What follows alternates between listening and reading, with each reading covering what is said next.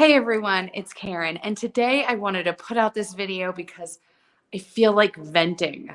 So this all started because my mother called me today and she said, Karen, I read this news that like some percentage of listings that are being sold for under the list price. And I'm like, Mom, let's read the article together. Granted, we haven't read the article, but literally I took that call from the car and I said, Mom, let me tell you why that is not true and why that headline is meant to get you to actually read the article. So let's just talk about that headline in particular. So, number one, if they're being sold for under the list price, is it by chance possible that the list price was never supposed to be the list price to begin with? For instance, if all of the comps are supporting a list price of $1 million and a seller decides to list it for 1.5 million, yeah, obviously it's going to sell for under the list price because that list price was just not, that was a wish price. List price, wish price. It's really hard to say, by the way. All right, so let's keep talking about other headlines that are going on in the market. Number one, the recession. Markets are crashing.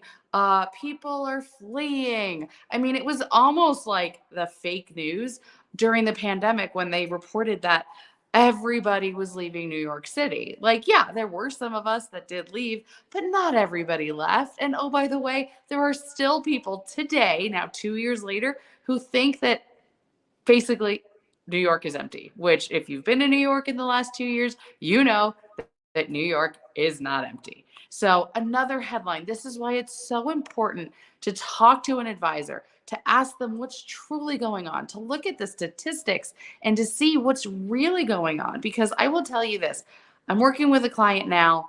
I've been working with him for about 7 months. They're from the Northern California area. And we've been looking and looking. And when they started looking, it was January and the market was hot, hot, hot. Everything was on fire. It was going quickly. Places were going over ask. And then things slowed down right when the interest rates went up and when people got afraid of what inflation was going to do to everything. And things kind of slowed down. That's generally speaking. And then all of a sudden, something got triggered and things started picking up again. Now, there are still plenty of properties that these particular clients like that are still on the market after 100 plus days. However, there are just as many that are going with multiple offers during the first couple of days. So, what my mother reported and what that headline said, it makes me so mad because it's just not accurate. If you price your place right, it will sell. If you don't need a lot of work that needs to be done, it will sell. If you do require a lot of work, most buyers these days have to project well over a year to do major renovations. And that's just not in the cards for every buyer out there. So if you know that work needs to be done, accommodate that time into your price.